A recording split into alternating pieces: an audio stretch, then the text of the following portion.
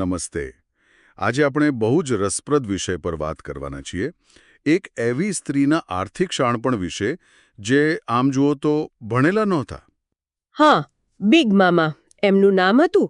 એમની સમજણ જીવનના અનુભવોમાંથી આવેલી, નહીં કે પુસ્તકોમાંથી. બરાબર. અને આપણી પાસે એમના જીવન અને ફિલોસોફી પર આધારિત એક સારાંશ છે. એટલે આપણે એ જોવાનું છે કે આજના જમાનામાં જ્યાં બધું આટલું જટિલ છે, ત્યાં આવા સાદા સિદ્ધાંતો કેટલા કામ લાગે. અને એ જ તો મુદ્દો છે. બિગ મામાની ફિલોસોફી, મતલબ કે પૈસા કમાવા કરતાં એને વાપરવાની રીત પર વધુ ધ્યાન આપે છે. સાદગી, સંતોષ, જીવનમાં બેલેન્સ, એ બધી વાતો. એમના 7 સૂત્રોની વાત છે, ખરું ને? હા, 7 ધન સૂત્રો, જે ખરેખર તો જીવન જીવવાના સૂત્રો કહી શકાય. તો ચાલો પહેલું સૂત્ર જોઈએ. જે વસ્તુ ફક્ત દેખાડા માટે છે તે સંપત્તિ નથી. આ તો આજના ઇન્સ્ટાગ્રામના જમાનામાં એકદમ સાચું લાગે. ચોક્કસ.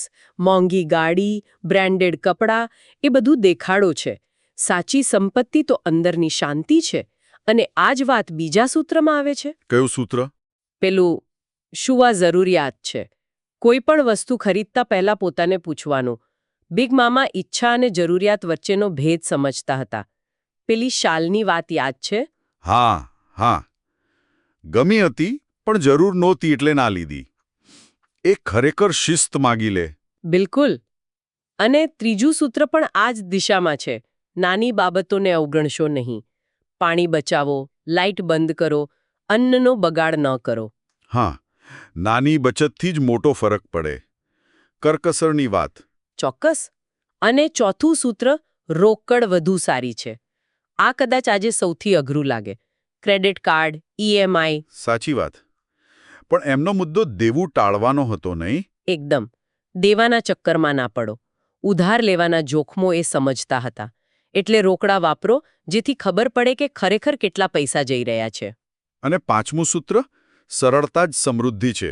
આ મને બહુ ગમ્યું. પણ આજકાલ તો સફળતા એટલે મોંઘી વસ્તુઓ, એવું જ વાતાવરણ છે. એક માનસિકતા બદલવાની વાત છે. બિગ મામા માટે સમૃદ્ધિ એટલે ભૌતિક વસ્તુઓ નહીં, પણ જીવનમાં પ્રેમ, સંતોષ, ગરિમા. અને છઠ્ઠું સૂત્ર આ જ શીખવે છે. કયું? પ્રાથમિકતાઓ નક્કી કરો. પહેલા જે જરૂરી છે, ઘરનું ભાડું, ખાવા પીવાનું, એ પહેલા. પછી બચત અને બીજા ખર્ચા. બરાબર. અને છેલ્લું, 7મું સૂત્ર, ક્યારેક કહેવું પડશે બસ હવે. આ અઘરું છે. આપણી ઈચ્છાઓ તો ક્યાં પૂરી થાય છે? એટલે જ બસ હવે કહેવાની ક્ષમતા કેળવવી પડે. એનાથી જ તમે અણધારી મુશ્કેલી માટે બચાવી શકો, બીજાને મદદ કરી શકો. આ ખાલી નિયમો નથી, આખી ફિલોસોફી છે. ખરેખર વિચારવા જેવું છે. પણ આ વિચારોને રોજબરોજના જીવનમાં કેવી રીતે ઉતારવા? મતલબ કે પૈસા બચાવવા અને વાપરવા માટે એમની શું સલાહ હતી? મુખ્ય વાત એ જ કે પૈસો સાધન છે, લક્ષ્ય નથી. બચત કરવી, પણ કોઈ હેતુ સાથે. ખાલી કંજુસાઈ નહીં, પણ ભવિષ્ય માટે, બાળકો માટે, કોઈક મુશ્કેલી માટે એક મજબૂત પાયો બનાવવો. અને ખર્ચ કરતી વખતે? ખર્ચ વખતે પહેલો જ સવાલ, શું આ જરૂરિયાત છે? શું આ મારા જીવનના મોટા ધ્યેયો સાથે બંધ બેસે છે? સમજી વિચારીને ખર્ચ કરવો. અને રોકાણ વિશે શું? એ જમાનામાં પણ રોકાણની વાત થતી હશે? હા, પણ રોકાણ એટલે સટ્ટો નહીં.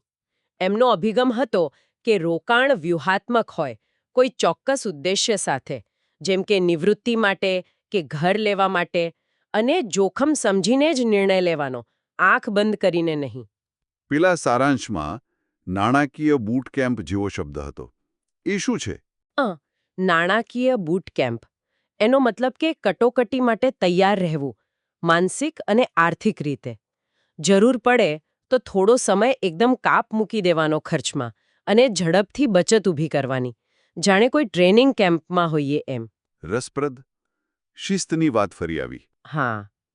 અને બીજી પણ વાતો હતી, જેમ કે સંપત્તિ ખાલી પૈસા નથી, સારા સંબંધો પણ સંપત્તિ છે.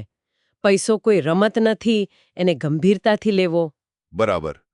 અને છેતરપિંડીથી બચવું, જીવનની હકીકતો સ્વીકારવી. અને સૌથી મહત્વનું, ધીરજ રાખવી. નાના નાના પગલાં ભરીને જ આગળ વધાય. રાતોરાત કશું નથી થતું. તો આખી વાતનો સાર એ છે કે સાચી આર્થિક સુખાકારી કોઈ જટિલ ફોર્મ્યુલામાં નથી, પણ આપણી વિચારસરણી આપણી શિસ્ત અને બિગ મામા જેવા સાદા સિદ્ધાંતો અપનાવવામાં છે. એકદમ સાચું. અને આજના આ મંથન પછી કદાચ આપણે સૌએ એ વિચારવું જોઈએ કે આપણા પોતાના જીવનના અસલી લક્ષ્યો શું છે, પૈસા સંબંધિત અને પૈસા સિવાયના પણ. હમ જો એ સ્પષ્ટ હોય તો પૈસા ક્યાં વાપરવા, ક્યાં બચાવવા એના નિર્ણયો લેવા સહેલા થઈ જાય. કદાચ એ સ્પષ્ટતા તરફ આજે એક નાનું પગલું ભરી શકાય